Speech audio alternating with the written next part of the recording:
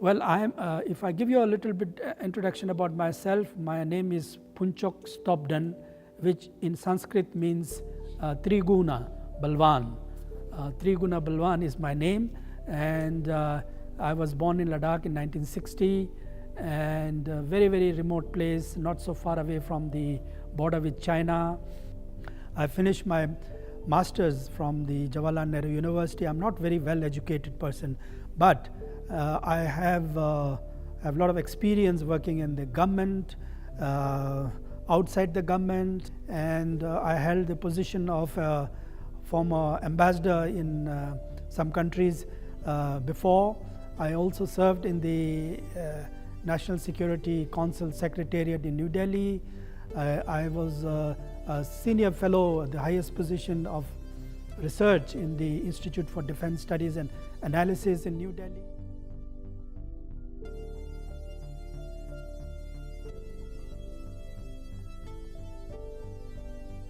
Well, I think this lecture is on Jammu and Kashmir and Central Asia. Now, this is a very interesting topic because normally we don't talk about Jammu and Kashmir and Central Asia. We only talk in terms of Jammu and Kashmir within the parameters of Jammu and Kashmir as a part of India. But it's very interesting that a lecture is been moduled on Central Asia and Jammu and Kashmir. Obviously, as an Indian, we have to look at this particular theme from a civilizational perspective, because after all, Jammu and Kashmir and Central Asia is part of the same civilizational complex, the ancient civilizational complex, which is very, very ancient. If you look back at the record of Jammu and Kashmir, some of its origin is from that area. You know, people, you must have heard people like Kashap people, Kash people. You have people coming from Caspian Sea, from Azerbaijan, where there are still reminiscences of Hinduism existing in Azerbaijan, in the Caspian region. How people, Kashap people may have migrated from Central Asia towards Kashmir, towards the east in many centuries ago, is something which is still in the realm of history and also in the realm of mythology.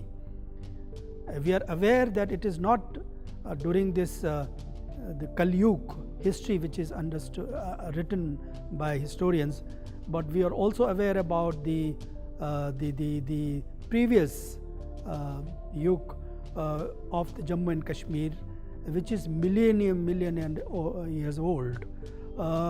That there are 5,000 years recorded history of Jammu and Kashmir. You know, from the if you see Lalit Aditya's texts and many other things, you find the linkages, how the Central Asian history evolved. In fact, from our point of view, Kashmir was the epicenter of Indian civilization, the Hindu civilization. Everything originated from there. So that's the most, you know, the Vedic part of the history, which I think everybody is aware about it. I don't have to tell a lot of things about it. But then when you come to the recorded history, say from 2nd century BC onwards, then you have a huge interconnected linkage between the spread of Buddhism. Now, if you recall, even Buddhism evolved in Kashmir and got divided also into Kashmir into two parts, between the Mahayana and the Hinayana. So that is, early Buddhism was actually born in Kashmir or developed in Kashmir, grew in Kashmir, and from Kashmir it went into various directions, into Central Asia, into China. Kumar Jiva, if you may have heard, was a Kashmiri prince who went towards China and spread Buddhism. The sutra, the what you call it, Lotus Sutra, was spread by Kumara Jiva, a Kashmiri prince who went into the eastern part of Asia and spread Buddhism. So that part is very, very important, and we still have the the Kushana part of the Buddhism linkage with Kashmir. And you know, the Kushanas came from Central Asia, from the north. They came up to Rajasthan. We also call them Sakas, Scythians, if we call it in Rajasthan or in northern areas. Many of still of the tribes and communities belonging to that era we have in Punjab, Haryana. In fact, the people of Haryana were also supposed to be part of that, people coming from the north during that period. So Kashmir was the interconnecting point between Central Asia and Kashmir. So that history is very important. But the most critical aspect of Kashmir and Central Asia is that when the Arabs came in the 6th, 7th century from the west, the entire landscape of what today you have in Pakistan called Sindh, Punjab, the Afghanistan, the land of this Swat Valley, the Bamiyan, the Balkh region, the Gandharas, when they were invading Central Asia and Afghanistan, many Buddhistic civilization was destroyed by the Arabs. As a result, many monks and priests, Hindu and Buddhist, suffered persecution under the Arabs from 8th, 9th, 10th century, and they have all been sheltered by rulers of Kashmir during that period. And once again, the Buddhism in Kashmir became very important. So whatever happens in Central Asia has an impact on Kashmir, and that is how interconnected history of Kashmir and Central Asia has evolved. The other aspect, that post-Buddhist phenomena, post-Arab phenomena, you have the Turkic Mughal phenomena, where I think Kashmir became part of the Mughal dynasty from the 15th, 16th century onwards. And Babur himself, some of his relatives were ruling from Kashmir. His one of the brother was in Kashgar, today we are in Xinjiang, and from there a lot of Central Asians came to Kashmir. And in fact, if you've heard about Mirza Hyder Dawlat, become a ruler of Kashmir in the 17th century, for about 50-60 years he was ruling. He came from Kashgar towards Kashmir during Jahangir period, and that time Mirza Hyder Dawlat became the governor of Kashmir for a very long time. But much before that, Islam in Kashmir actually came from Central Asia. It did not go from South Asia. It did not go from Lahore or from rest of India. It came from Central Asia. There was a Sufi priest called Hamdani, Shah Hamdani. He was a Persian Sufi sect, and he was based in Tajikistan today's Tajikistan. So this is how this priest landed up in Kashmir, and he was able to influence the ruler of Kashmir that time called Rinchen Shah.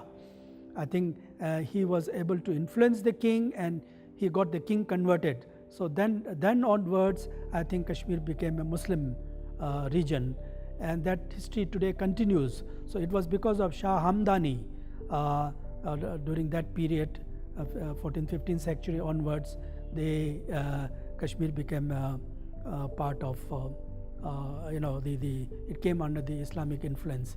But then of course during the Mughal period, Islam only thrived. Islamic history, Islamic culture, everything was promoted in Kashmir, and today we continue to see that kind of a phenomena.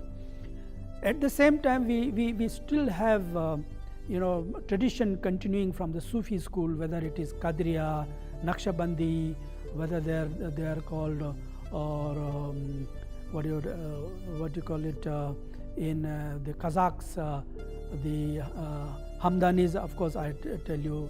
And there are these Sufi sects are all there in Kashmir and Central Asia both. When in fact under the Soviet rule, when Central Asia lost its Sufi tradition, in Kashmir it continued to thrive. There is a sect called Yesevi. The Yesevi Sufi sect, which is there in Kazakhstan, in Turkestan, is still preserved only in Kashmir. Even in Kazakhstan itself, this has vanished. But in the Kashmir Valley, you have still Yesevi, and people from Kashmir continue to go to the Khoja Muhammad Yesevi in Turkestan, in the southern part of Kazakhstan and a little bit north of Uzbekistan. People from Kashmir go there to offer their chadar at the Khoja Muhammad Yesevi. He was a great Sufi saint, and this is how Kashmir and Central Asia remained connected in the medieval period.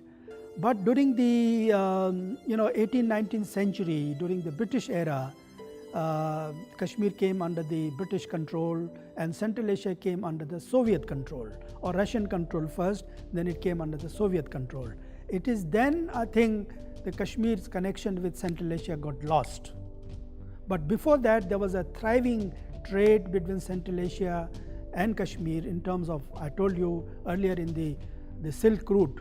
Kashmir was a part of the Silk Route, and the various trade route went from Kashmir to Central Asia, up to Samarkand, up to Bukhara, up to Turkestan, Meerava, and many other places were connected with Kashmir.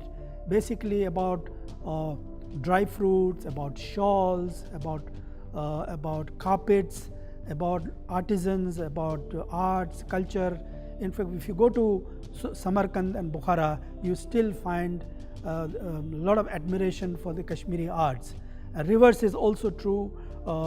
Many of the Kashmiri arts, painting culture came from Central Asia, from Fargana Valley, from Samarkand or Bukhara.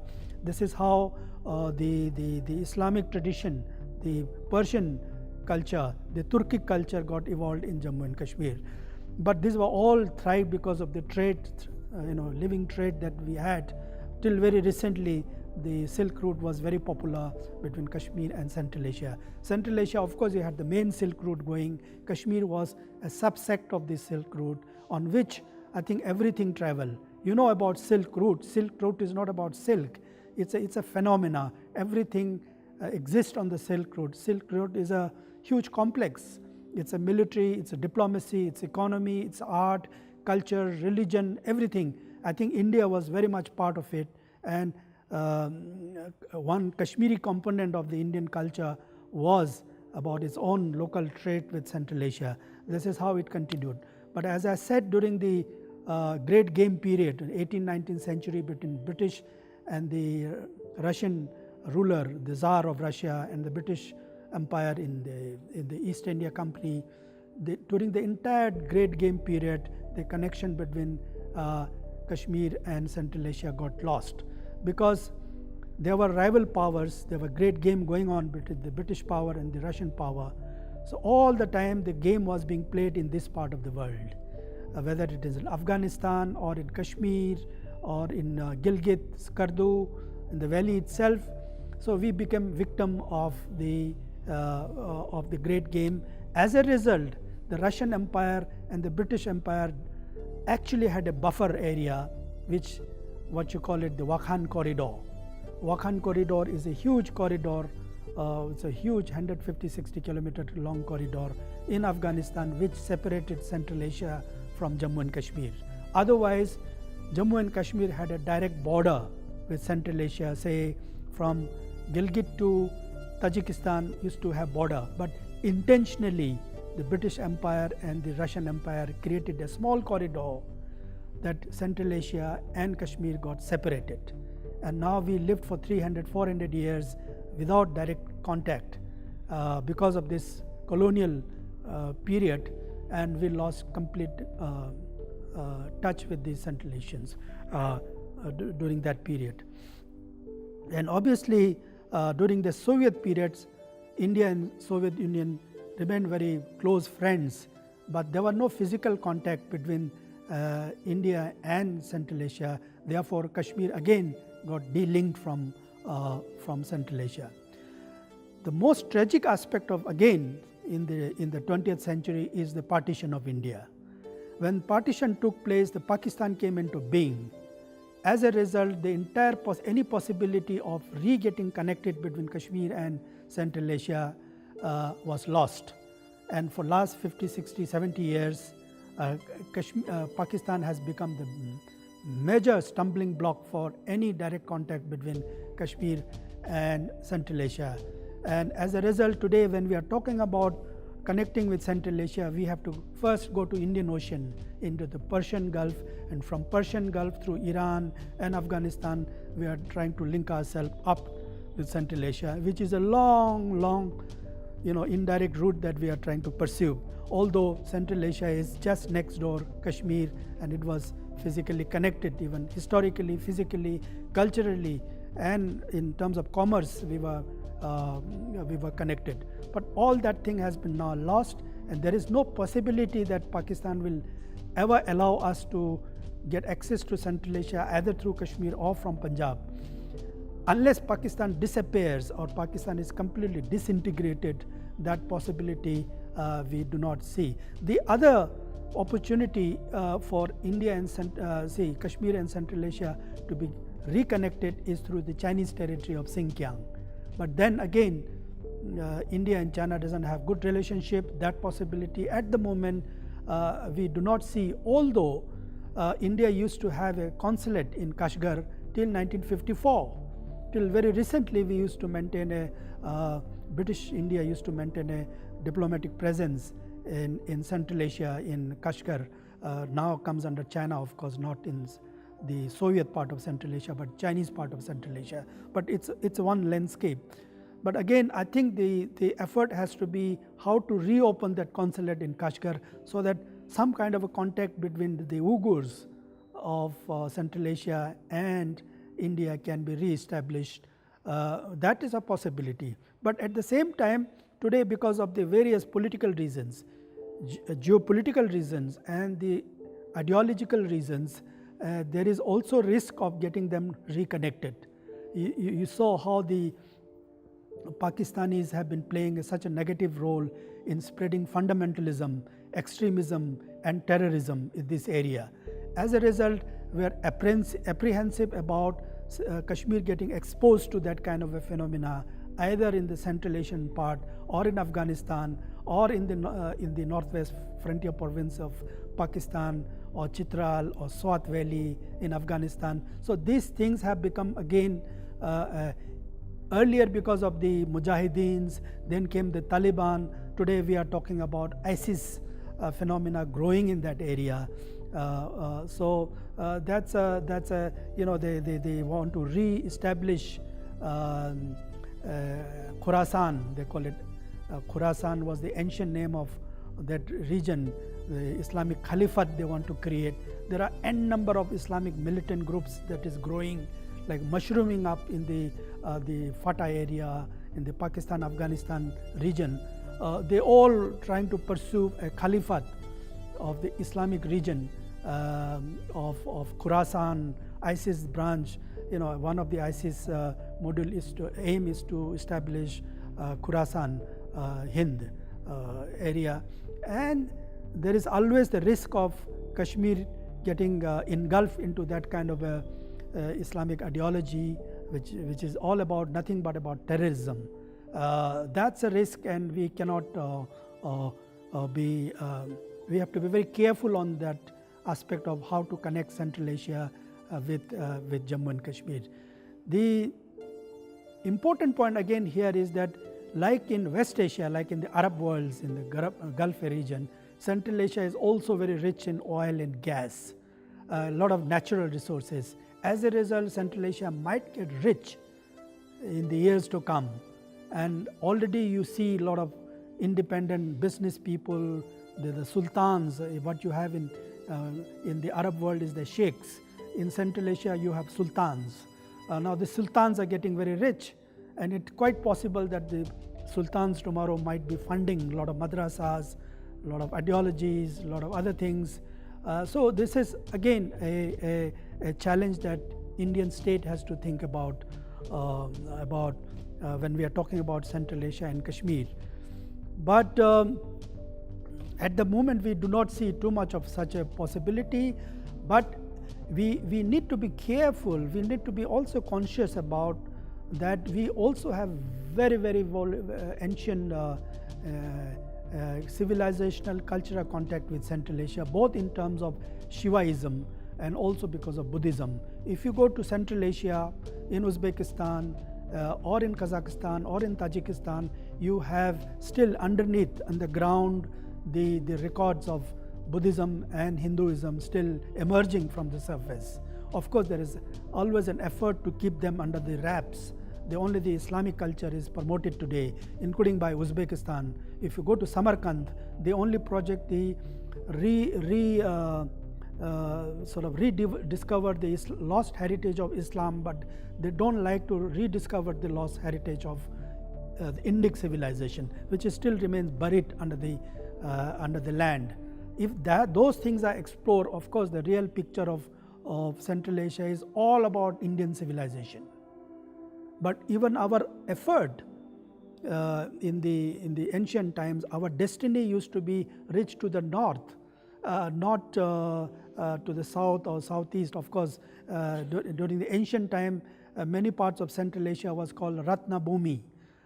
What you called in Southeast Asia as a Swarna Bhumi, this area was also called Ratna Bhumi. What is Bukhara? Is nothing called Bihar. There is Bihar in Central Asia, which they call it Vihara, Bukhara. The Bihar has become Bukhara. It's a Vihar, is a temple of the Buddhist. So every name is of the Sanskrit name. Samarkanda, Tashkanda, Khanda is of a Sanskrit origin. Their culture, language in every literature has a genesis to Indic literature, Indian languages. So obviously we cannot go to that far, but even in terms of Hindustani or Islamic culture, India is the only inheritor of the Mughal dynasty. We have the ownership to Mughal dynasty, and all this region fell under the Mughal period, and the seat of Mughal was New Delhi or Delhi. So we have the moral authority to look at Central Asia from our own angle, whether it is Buddhistic angle, whether it is Hindu angle, whether it's an Islamic angle. India remains an epicenter for the and Kashmir is very much part of it. That's the extension. Kashmir makes India a Central Asian power. India was a big player in Kashmir in Central Asia for a very long period, and Kashmir was the last staging ground. Even today, I think Ladakh and Kashmir can become a launching pad for India to move into Central Asia because of the geographical proximity. But we don't have that vision. We do not have those scheme of things to look at in this direction, unlike in the past where every Indians were trying to pursue their interests in the north. So that opportunity is lost, and perhaps we are becoming more ocean centric, maritime centric. We look towards Gulf, we look towards Arab world, we look towards the west, but we don't look towards the north. Unless we think in those direction, in the land oriented thinking, then I think this will remain a very limited in scope. But partly also because of the threat perception. India was always invaded from the northwest.